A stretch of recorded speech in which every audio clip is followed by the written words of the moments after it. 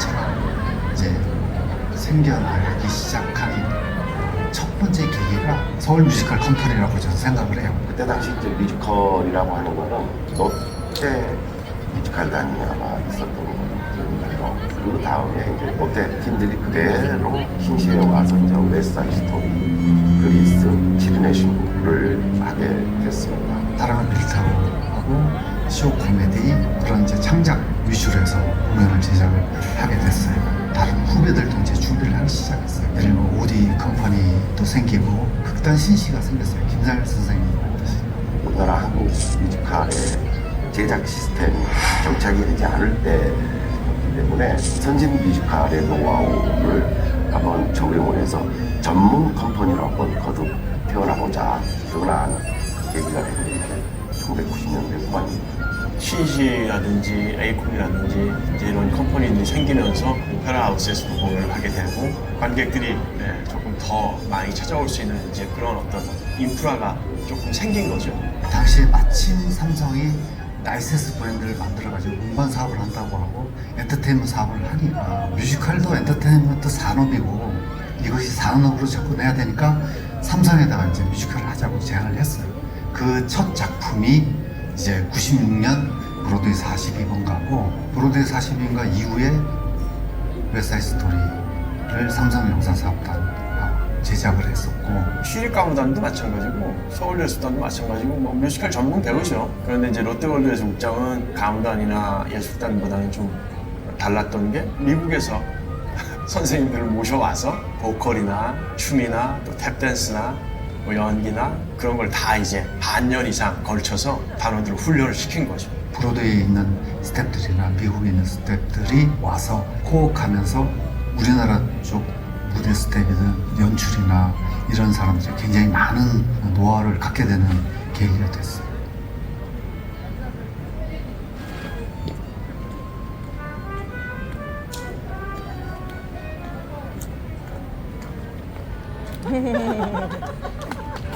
아, 민경이 해맑았어.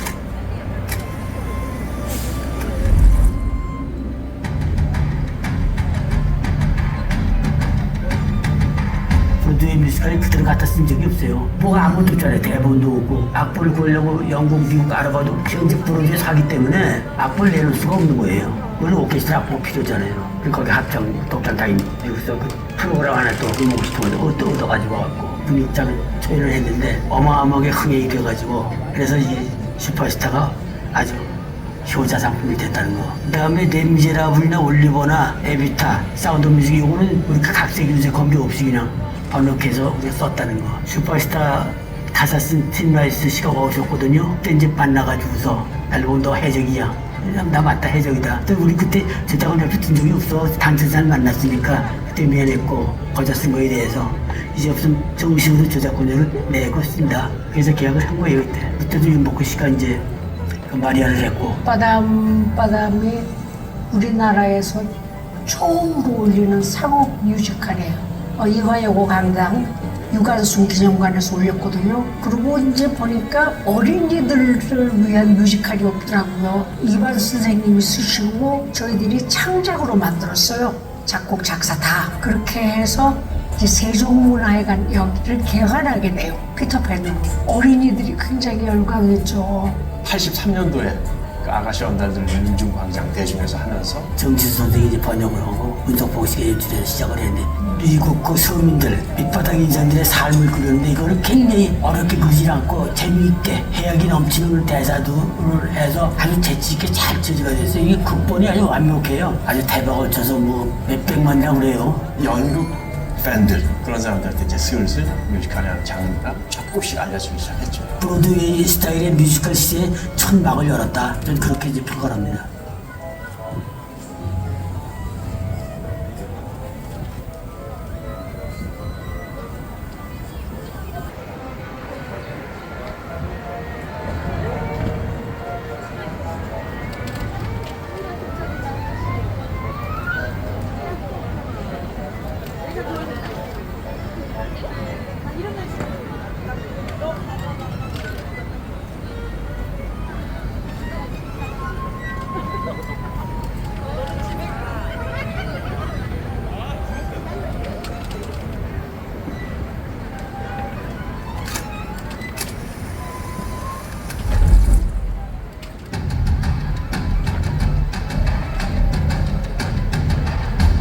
(1961년도에) 처음에 얘기된 악단이 생긴 거는 국민들의 정서 함양을 위해서 외정시대에 지난 지도 얼마 없고 6.25 끝난 지도 얼마 안 돼서 피폐한 그 국민들을 좀 정서적으로도 좀 안정시켜주려고 한 게 이제 얘기된 악단이고, 기록에 보면은 1936년부터 포겐베스 뭐 이런 게 이제 희곡이면서 음악 좀 들어간 건데 그 당시 이제 유치진 선생님이 3시간 반짜리 오페라타 뮤지컬에서 8곡만 발췌해가지고 하셨지만 어쨌든 포게베스를 그 당시에 하셨고요. 그리고 이제 실험극단에서 메나브라만차를 일부 그 아리아적인 곡만 가지고 공연하고 이랬던 그 기록이 있습니다. 드라마 센터가 생기면서 예그린 악단이 창단이 돼서 한 300여 명 정도 단원을 가지고 출발한 거거든요.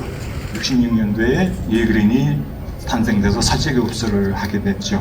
사제급수는 뭐 잘 알다시피 우리 전통 예술인 그 베비장전을 이제 현대화시킨 구성악사께서 했고, 원작은 김용수 선생님이라고, 이분 원작을 이제 황운원 선생님하고 무용평론하시던 박용우 선생님이 가사를 쓰셨어요. 최창건 선생이 이제 그 당시에 작곡을 해서 처음으로 사자기업소의 1회가 시작이 됐고, 첫 애랑이 역을 했던 배태균 씨의 그 역할도 있었습니다만, 예그린 그 제작팀 쪽에서 미리 주제곡을 판으로 만들어서 방송부나 라디오 쪽에 히트를 시키고 해서 막 올라가기 전에 그 주제곡은 이미 국내한테 알려지고 그랬었죠. 예그린이 이제 생기면서 각 대학 교수들이 자기 제자들을 추천해서 그중에서 오디션 봐가지고 뽑고, 발레 전공자, 뭐 무용 전공자 그 월급 주고 하는 단체가 없었기 때문에 예그린 쪽으로 많이들 몰렸었죠. 제가 그 예그린에서 제가 제일 막내 단원이었거든요. 그런데 제 월급이 12,000원이었어요. 공무원생활 30년 정도 되는 아저씨의 월급의 2배 반 정도가 됐었죠. 출퇴근 시켜주는 셔틀버스가 있는데 우리 예그린 단가 중에 무지개라는 가사가 있습니다. 우리 버스의 전체를 무지개로다가 이렇게 도색을 해가지고 우리나라 컬러풀한 버스 1호가 됐었죠. 포장도 안 된 그 대한민국을 구석구석 1년 동안을 지방광 달았는데 어르신들이 뮤지컬하는 모르는데 예그린이면 아, 몇 년 전에 우리 동네 왔었죠 하고 반겨주고 그러셨어요.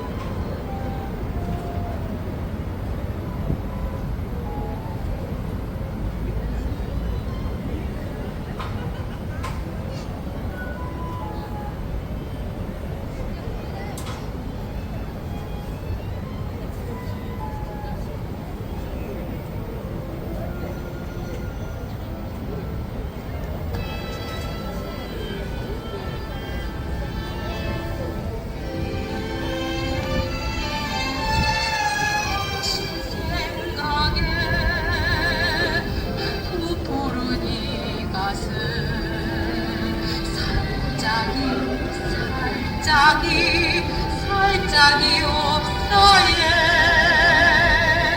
달 밝은 밤에도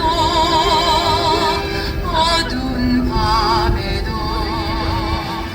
살짝이 살짝이 살짝이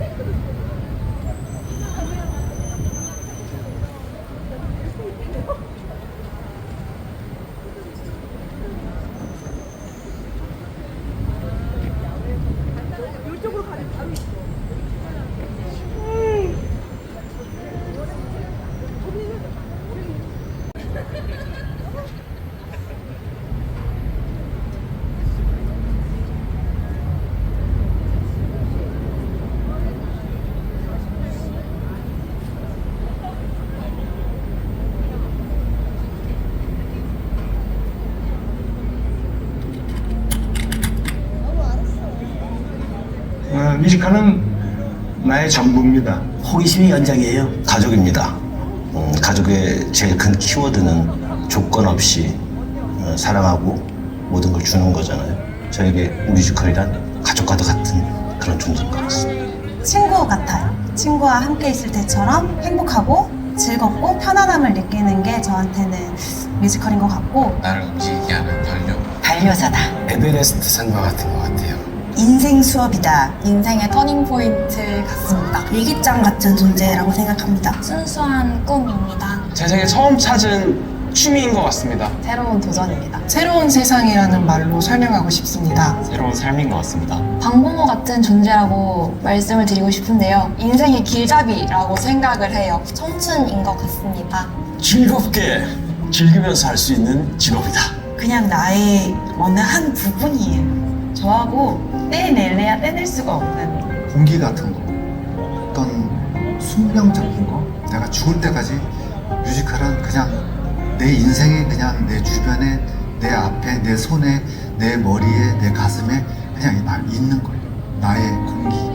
저희가 뮤지컬이라는 제 삶이죠. 75년간을 했는데요. 제 평생 한 거죠. 제 삶이에요. 네.